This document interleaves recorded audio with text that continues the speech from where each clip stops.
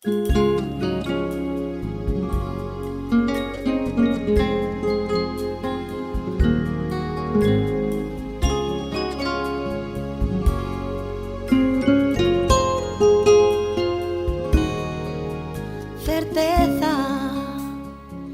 yo sé que mi Cristo vive. En la palabra de Dios, la Biblia, hay un mensaje para ti, para mí y para toda la humanidad. El Evangelio. Certeza, es la razón, la existencia. Un mensaje para ti todas las semanas en este canal de radiodifusión cristiano Luz a las Naciones, un estudio expositivo de la palabra de Dios, edificando sobre el verdadero fundamento de los apóstoles y profetas, siendo la principal piedra del ángulo Jesucristo mismo. Cristo está cerca, es mi certeza. Síguenos en directo o en cualquiera de nuestros canales y recuerda que Dios tiene un mensaje para ti. Ni profundo, ni la muerte ni la vida. Que Dios os bendiga y edifique a través de su palabra. El amor de Dios, certeza, yo sé que mi Cristo vive. Certeza, para Él no hay nada imposible. Certeza, es la razón, la existencia.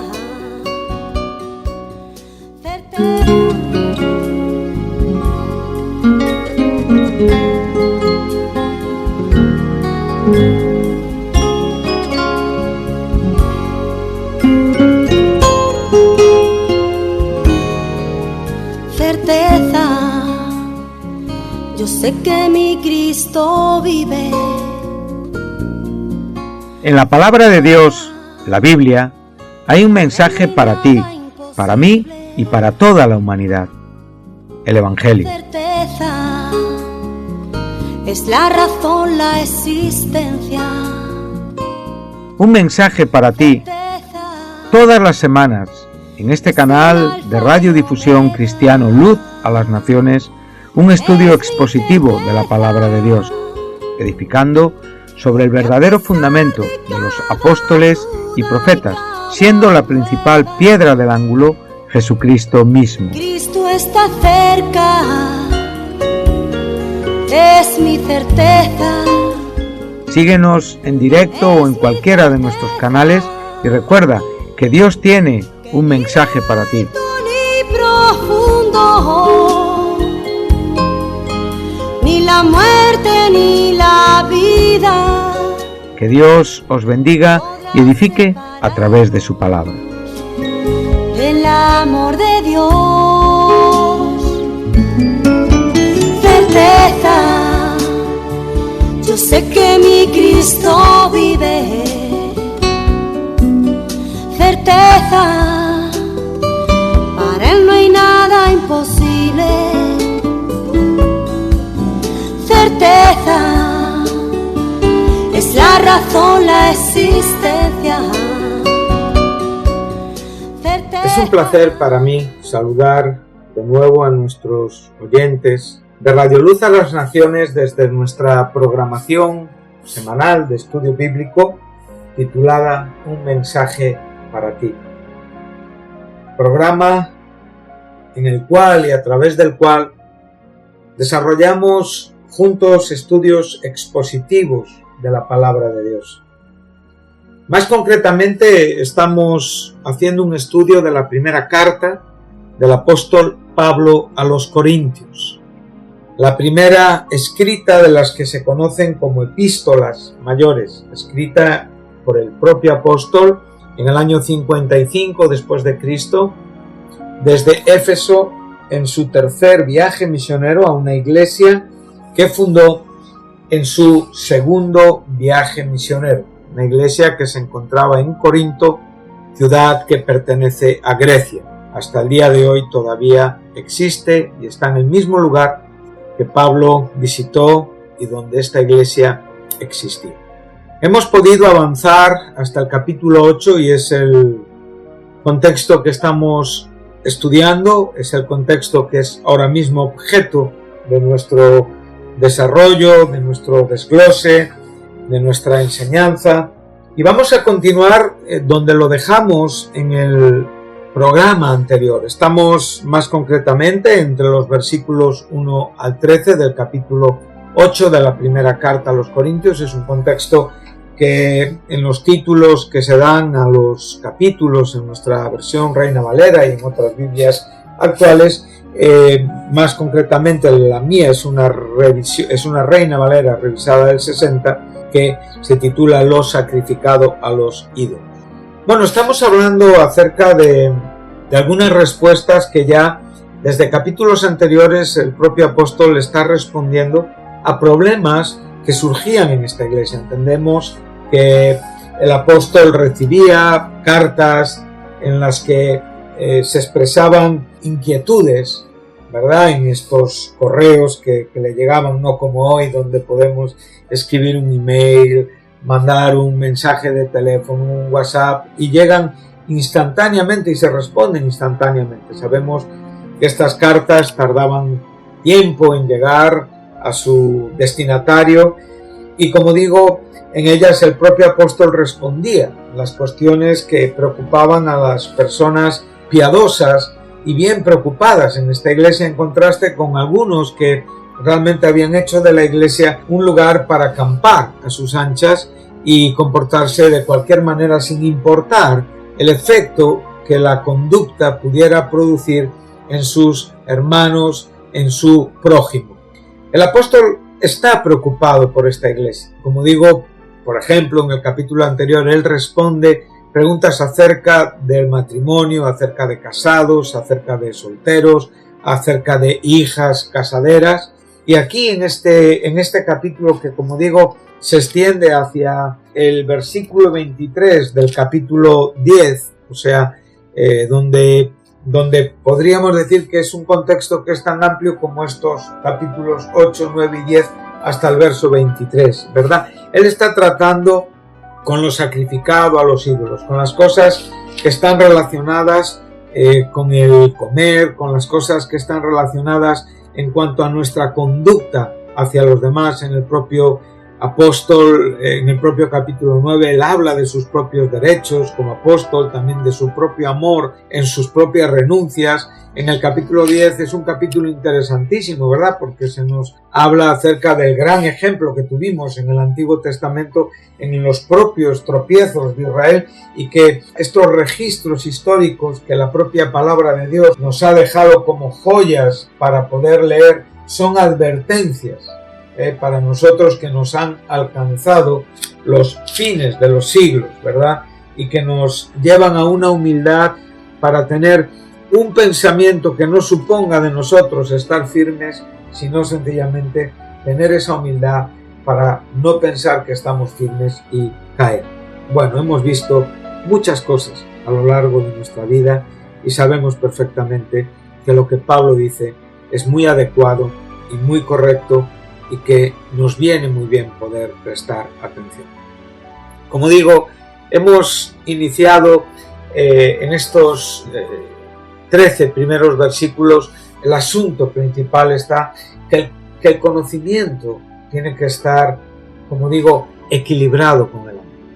Hemos podido ver que aquí él está usando el ejemplo de comer, ¿no?, lo sacrificado a los ídolos, y recordamos que había dos puntos de ventas, ¿verdad? Uno era aquello que eran los templos donde esos animales que habían sido ya parte de los sacrificios a los dioses, pues esa carne era comparativamente mucho más económica que la que se vendía en las carnicerías, ¿verdad? Y mucha gente, pues al ser más barata, adquiría y compraba esta carne. Entonces Pablo lo que está dando un entendimiento es que hay personas que igual para ellos el ídolo no es nada, ¿verdad? Es algo inerte, la propia carne no es más que carne, y que realmente sus propias conciencias fuertes en su propia idea del cristianismo no se condenaban, pero había hermanos más débiles que no comprendían este asunto porque eran conscientes de que en el ídolo y en todo el proceso sacrificial había un argumento espiritual que subyacía detrás de todo y que era exactamente la vida de donde ellos venían, ¿verdad? De cómo ellos habían sido librados por el glorioso Evangelio de Jesucristo y por lo tanto, como digo, tenía un efecto en el propio corazón de los más débiles. Como hemos dicho, los capítulos 14 y 15 de Romanos se deben de leer conjuntamente y a la vez que estos capítulos de la primera carta a los Corintios, porque vienen hablando, ¿verdad?, en cuanto al menosprecio del fuerte y el juicio del débil. Hoy vamos a centrarnos en los versículos 1 al 6 y vamos a ver el asunto del conocimiento. Recordamos que ese conocimiento tiene que estar siempre equilibrado en el propio amor al prójimo, que es la consecuencia absolutamente clara, lógica del amor a Dios. Dice así: en cuanto a lo sacrificado a los ídolos, sabemos que todos tenemos conocimiento. El conocimiento envanece, pero el amor edifica. Y si alguno se imagina que sabe algo, aún no sabe nada como debe saberlo. Pero si alguno ama a Dios, es conocido por él. Acerca pues de las viandas que se sacrifican a los ídolos, sabemos que un ídolo nada es en el mundo y que no hay más que un Dios. Pues aunque haya algunos que se llamen dioses, sea en el cielo o en la tierra, como hay muchos dioses y muchos señores, para nosotros, para los cristianos, solo hay un Dios. El cristianismo es una religión monoteísta, basada en una relación real con Dios a través del Hijo Jesucristo por la propia vida e influencia del Espíritu Santo. Este versículo 6 ya nos da una revelación de la Trinidad. Nos menciona la Trinidad únicamente mencionando al Padre y al Hijo, ¿verdad? Dice: para nosotros, sin embargo, solo hay un Dios, el Padre, del cual proceden todas las cosas, y nosotros somos para Él, y un Señor, Jesucristo, por medio del cual son todas las cosas, y nosotros por medio de Él. Bueno, esta es la base, evidentemente, del buen desarrollo en cuanto al argumento cognitivo del conocimiento. En este detalle se va a encontrar el orgullo o la humildad, la afección buena, amorosa o sencillamente el orgullo que hace tropezar. Somos muy conscientes que este versículo está hablándonos de un Dios y Padre y de un Señor Jesucristo, y los dos están en el mismo nivel divino.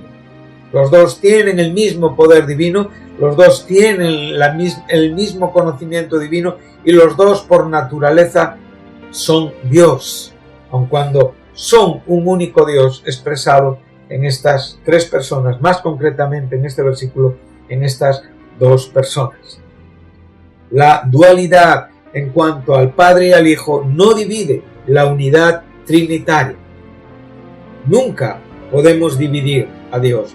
Dios siempre es una esencia indivisible, inmutable, absolutamente invariable, pero expresada en una manera gloriosa por un Padre y un Hijo, engendrado en la eternidad,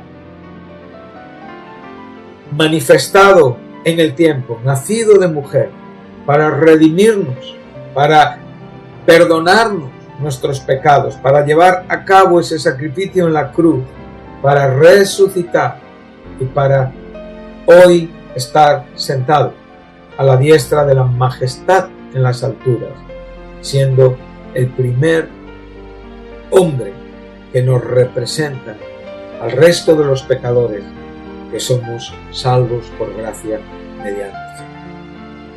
Esto es algo muy glorioso que siempre tiene que darnos una idea humilde de nosotros mismos.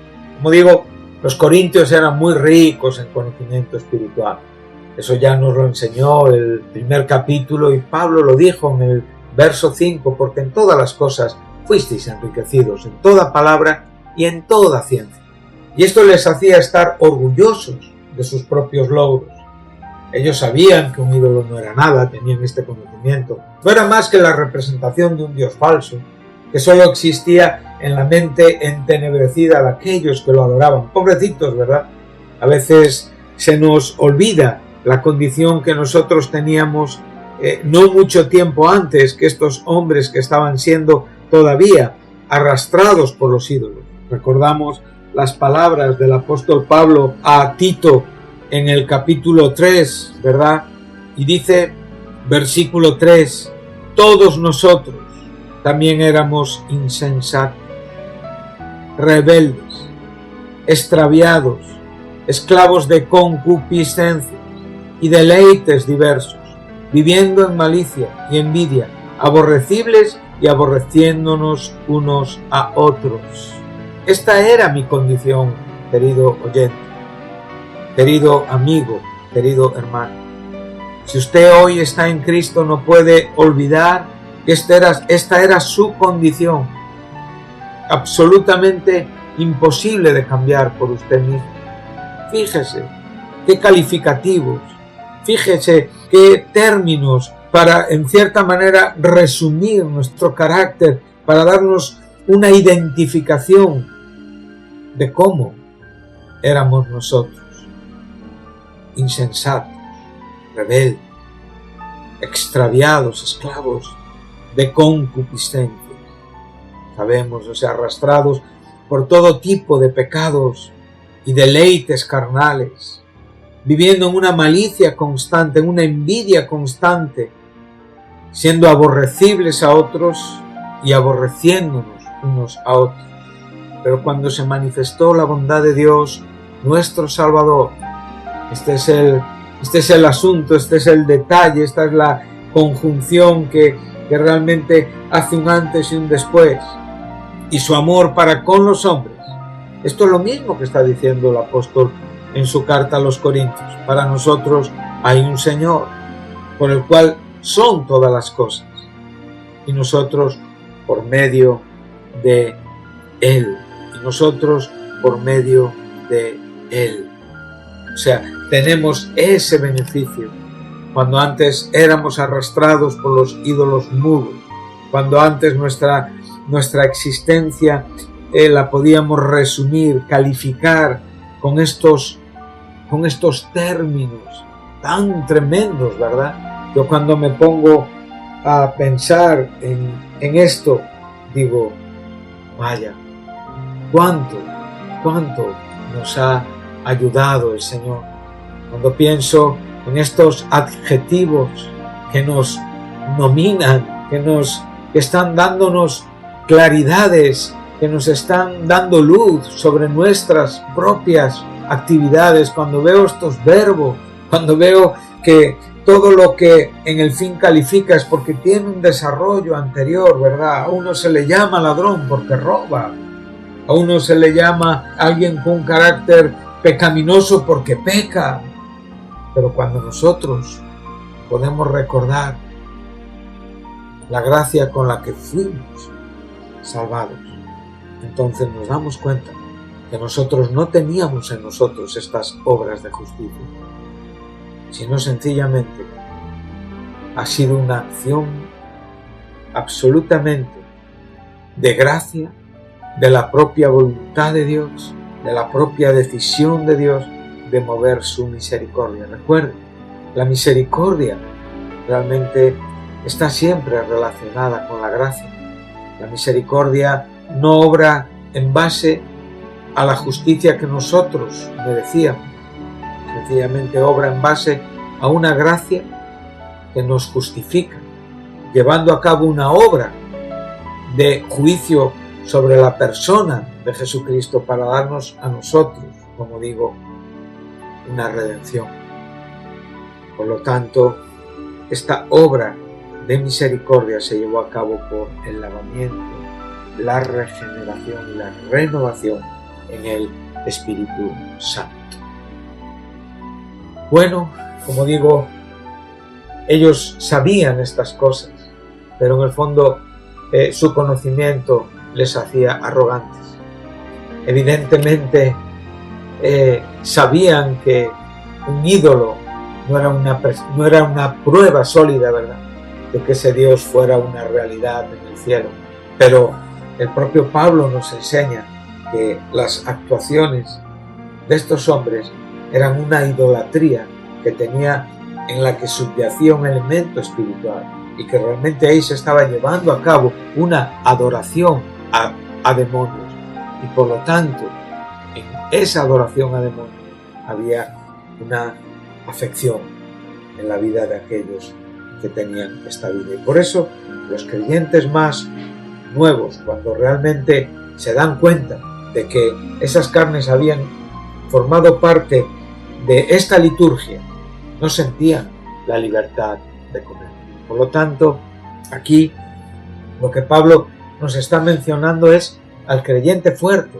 Bueno, hay cierta razón, como digo, en los inmaduros, en su propia valoración y en su propio juicio, aunque juzgar nunca es correcto, pero tampoco podemos entender que los problemas siempre se resuelvan con la lógica. Como digo, y en el programa anterior creo que lo estuvimos mencionando, ¿verdad? Un niño pequeño tiene miedo a la oscuridad y evidentemente, por mucho que un padre le diga no hay nadie, no pasa nada, hay un elemento en su corazón que tiene que ser entendido por medio de un amor, por medio de una compañía, por medio de un día a día. Eso no se consigue en una noche. No se le puede decir al niño, tú eres un miedoso, tú tienes que ser valiente, tú tienes que ser como tu padre. No puede ser así. Como digo, el conocimiento puede convertirse en un arma que daña y que, más que edificar, está envaneciendo al que lo está exhibiendo y evidentemente está dañando al que lo está escuchando. Como digo, una actitud de saberlo todo es solo la evidencia de una ignorancia. Cuando alguien conoce la verdad, cuando alguien realmente conoce a Dios, como bien dice, si alguno ama a Dios, es conocido por Él. Entonces esta expresión se va a ver, se va a caracterizar, ¿verdad?, en la propia, en el propio efecto, en el entorno inmediato donde nosotros vivimos. Como digo, se puede dar una realidad, se puede crecer en el conocimiento de la Biblia y no crecer en la gracia ni en la relación personal con Dios. La prueba de un crecimiento correcto es el amor. Y eso es lo que es el factor distintivo, y como digo, y es el segundo aspecto que ahora el propio apóstol va a tratar también dentro de este contexto que estamos leyendo. Bueno, estamos avanzando en nuestro programa y como digo, creo que esto ya nos quedará para el siguiente programa, para que no hagamos tampoco muy largos y que puedan llegar a ser demasiado cargantes, ¿verdad? Para que podamos, si es posible, volver a oír lo que estamos escuchando, y tenemos nuestra biblioteca de Radio Luz, donde ustedes pueden volver a escuchar este programa con tranquilidad.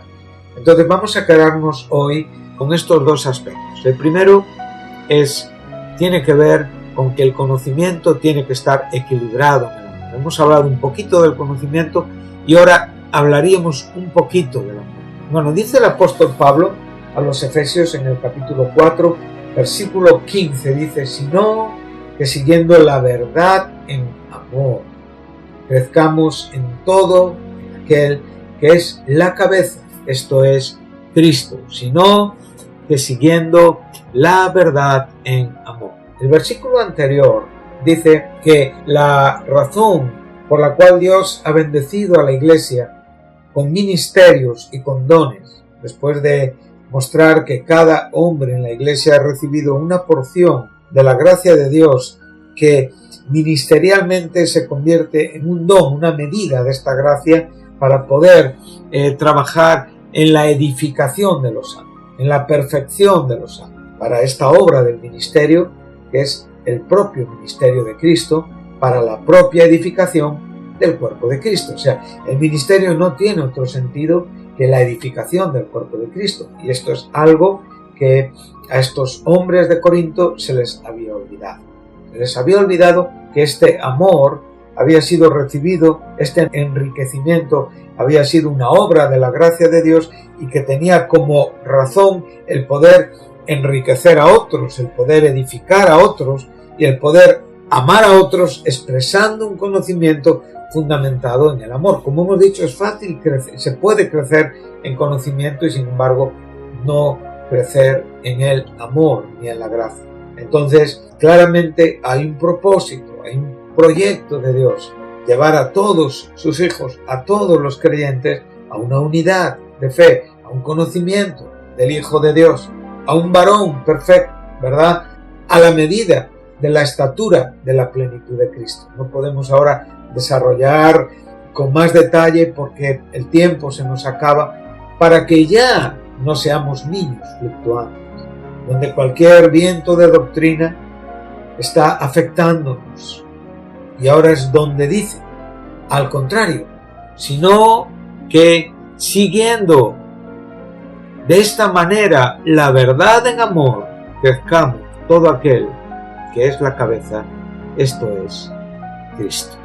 Bueno, queridos oyentes, pues hasta aquí el programa de hoy. Espero que haya sido una bendición para sus vidas. Espero que haya podido edificar, haya podido inspirar, haya podido darnos retos para poder vivir como cristianos. Y si usted me está oyendo y no es cristiano, pues que también haya sido una luz para usted para poder salir de la vida sin Cristo y poder aceptar la vida que Dios le ofrece en Cristo Jesús. Que Dios les bendiga y les espero en el próximo programa. Muchas gracias.